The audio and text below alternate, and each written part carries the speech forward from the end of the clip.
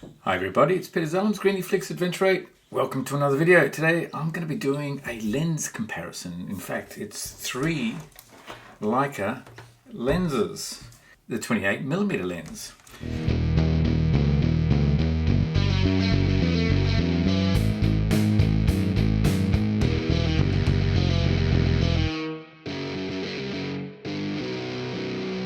I'm familiar with the 28mm lens on the Q2. And it's on the Q3 and also on the Q, 28mm. That's Summilux lens f1.7. And I've had the 28mm f2.8 Elmarit lens for a while, which I've really enjoyed. I actually did a comparison between this lens and the f2 lens in a previous video. My decision at the time was not to get the f2 28mm lens, but when an opportunity came up to get the Safari camera, the M10P, and then I was able to get a 28mm f2 Safari lens as well. So that gave me a great opportunity to retest these lenses, create a bit of a scenario where I can sort of test definition and detail and bokeh. And put these 3 28mm lenses to the test. Not to know, well, okay, really just to find out the characteristics of these lenses so that when I'm out shooting with this focal length, I can sort of anticipate what I'm going to get at the different apertures. So that's what this video is all about. We'll set up a little test scenario. We'll use these 3 lenses, 28 f2.8, the 28 f2, and 28 Summilux f1.7 on the Q2. I know this lens is incredible, it's outstanding, so if anything can sort of match this lens on the Q2, well, we know we're doing well. Let's have a look at the scenario that I'll be photographing, and then we'll go through the images in Lightroom as well, and we'll do a bit of a comparison. So what we can do is we'll just have a look at the setup. And there you go. I've got my focus point here on this test chart. And then I've got a test chart basically in the same plane on both sides. I've got one about 1 meter behind this chart here. And some lights to give me some bokeh and some foreground. And then these mats here also give us an idea of how much the depth of field is in front of the subject. I've done the test across all the different apertures. So red is going to be the f2.8 lens, yellow is going to be the f2 lens, the Safari lens in this case, and then the green one is going to be the Q 28mm f2.8. Starting at 1.7 for the Q, starting at f2 for the f2 of course, and then 2.8 for the Elmarit 2.8. The 2.8 actually does go right up to f22. The Summicron lens goes from 2 to f16, and the Q2 goes from 1.4 right up to 16 as well. To get started, why don't we just consider the 3 lenses wide open and have a look at those.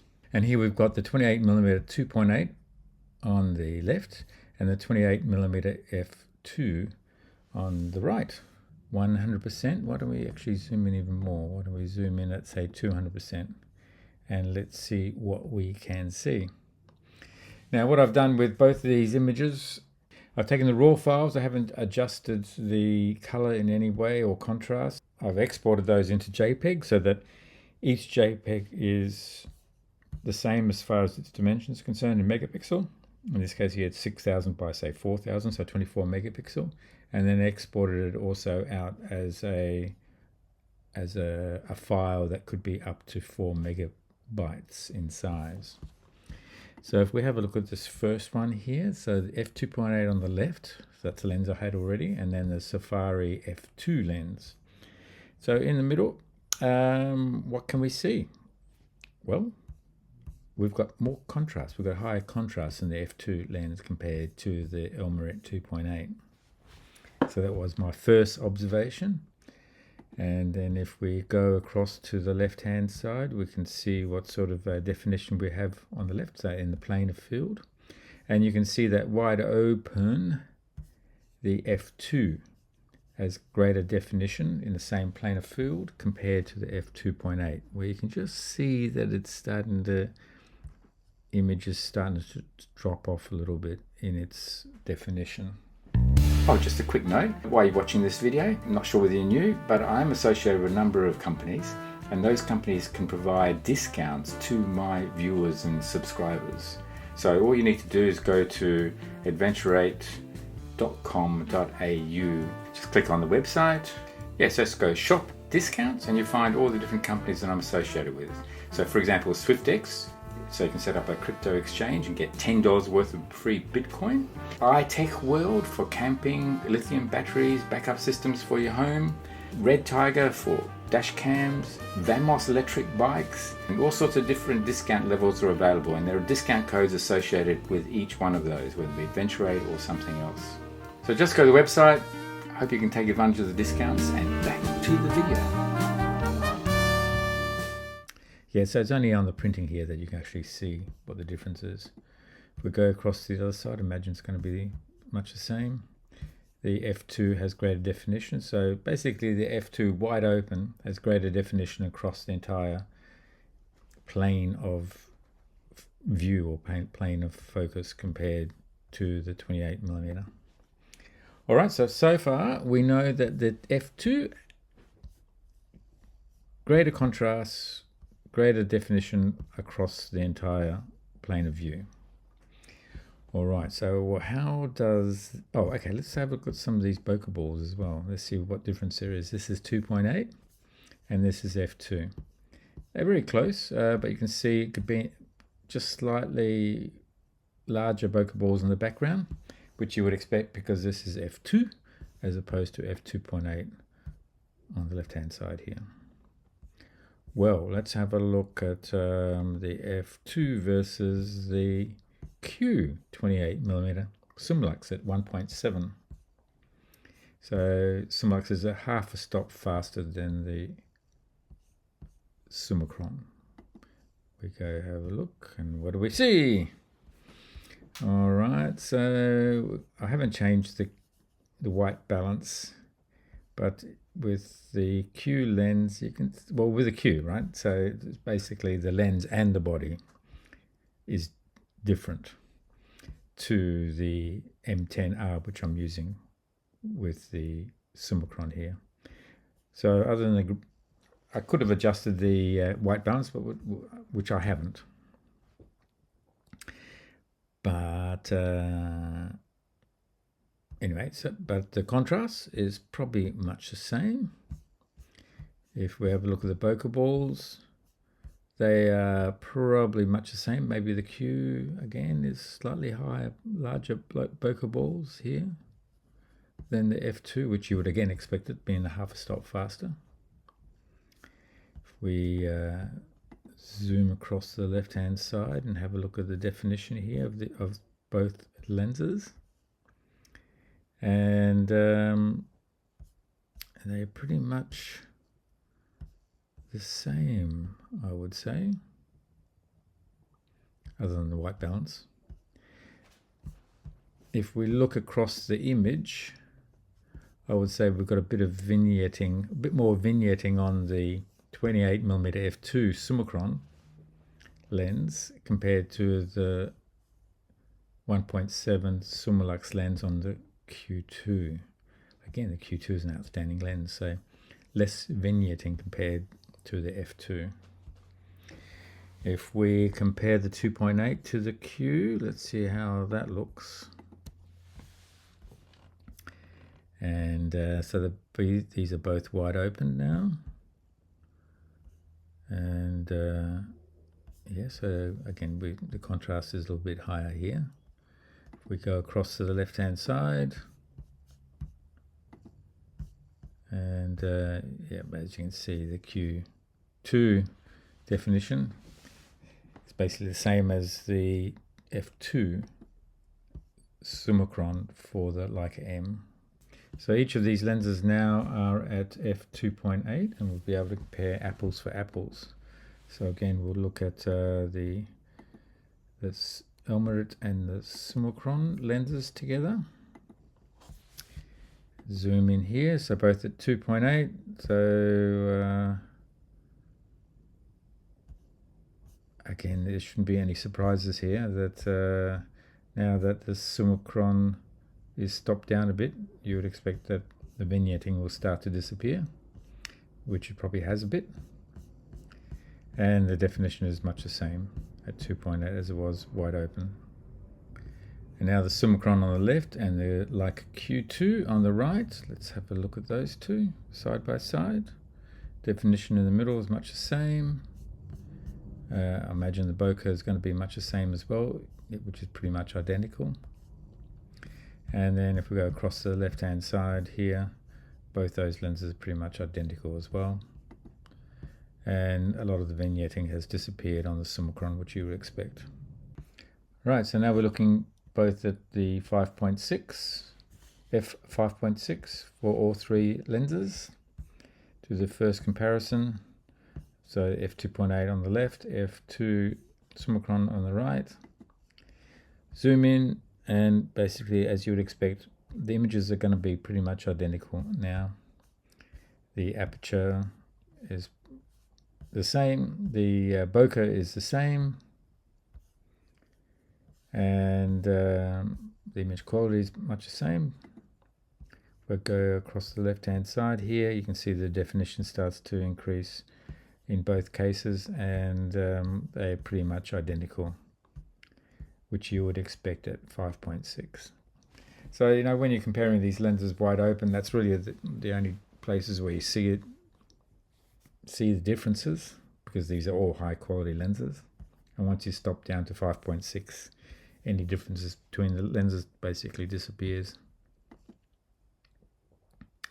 Let's have a look at the f2 compared to the Leica Q. And again, I wouldn't expect any changes here. Bokeh is going to be exactly the same. Definition on the edges, exactly the same. Amount of vignetting in both cases, exactly the same.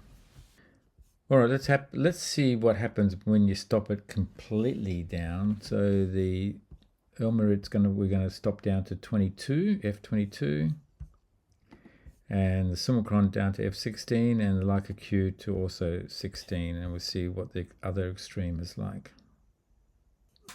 So we're comparing fully stopped down, 2.22, f22 for the 2.8, f16 for the f2, and f16 for the Leica Q2. And we'll have a look at the side-by-side comparisons. Right. Okay. Look, they're pretty much similar. Maybe there's a bit of loss of definition for the f2.8, or not so much definition, but maybe contrast has diminished slightly because it's f22 as opposed to the f16 on the 2.8, as opposed to the f16 on the f2 Summicron. Let's go across the left-hand side. Your definition is probably much the same in both, but overall the blacks seem to be, yeah, it's hard to say between the two. It's pretty much the same. Let's have a look at the Q2 and the Summicron. Summicron on the left, Q2 on the right, both at f16, and they look much the same with its depth of field, with its contrast, and with the images here, with the details.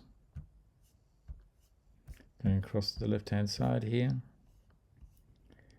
and yeah, well, look, I'm not sure whether the Summicron has slightly more detail than the Q2. Maybe on the very extremes. If we go to the very extreme on the right hand side, it's still the same. Possibly, not sure. We are pixel peeping, and therefore you would never notice this in a normal photograph. All right, so well, the conclusion from this, brief test is the Summicron is faster, f2, one stop faster than the Elmarit at f2.8. The Summicron is an outstanding lens across its entire range from f2 right up to f16, and matches that of the Q2, which is a Summilux lens from 1.7 right up to 16.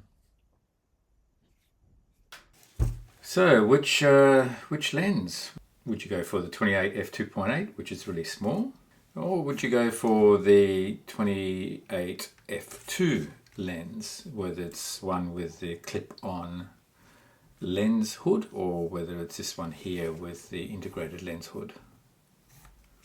Do you have both lenses? Do you tend to shoot 28mm? Is that a favorite focal length, or do you have a different favorite focal length? Let me know, comment. I really appreciate it. Do you have the Q2? Do you have the whole scenario as I have here with all the different lenses? Welcome your comments. When I did the previous video comparing the 2.8 to the f2 Leica 28mm lens, my conclusion was to refrain from buying the 28mm f2 because the 28mm f2.8 did such a good job. Yes, you do lose one stop of light compared to the f2, but still, that was my decision at the time. But like most things, when new information comes along, you make new decisions. So I guess the additional information was that this was an unusual lens, the Safari lens, 28mm f2. It's a great lens. I mean, the 28 f2.8 is a great lens, and the f2 is also a great lens as well. And the advantage is that it's that one stop faster. Particularly when I want to do, say, night photography and get as much light onto the sensor as possible without going up too high on the ISO. Having that extra stop of light does make a difference. Yeah, so I'm very happy with the f2 now. And but the f2.8 is also great, and I guess our little test also confirmed that the Summilux 28mm on the Q2 is outstanding. Anyway, I hope you liked this video. If you did, then give it a thumbs up. That's how you support the channel. And if it's the first time to my channel, you haven't already subscribed, then do press subscribe, press notifications. You'll be notified when the next video is out. And the next video, one of my next videos will be a bit of a shootout on 35mm Leica M mount lenses. So watch out for that. And if it's already out, then go find it on my channel. Thanks again for watching. Look forward to seeing you on the next video. Cheers. Bye.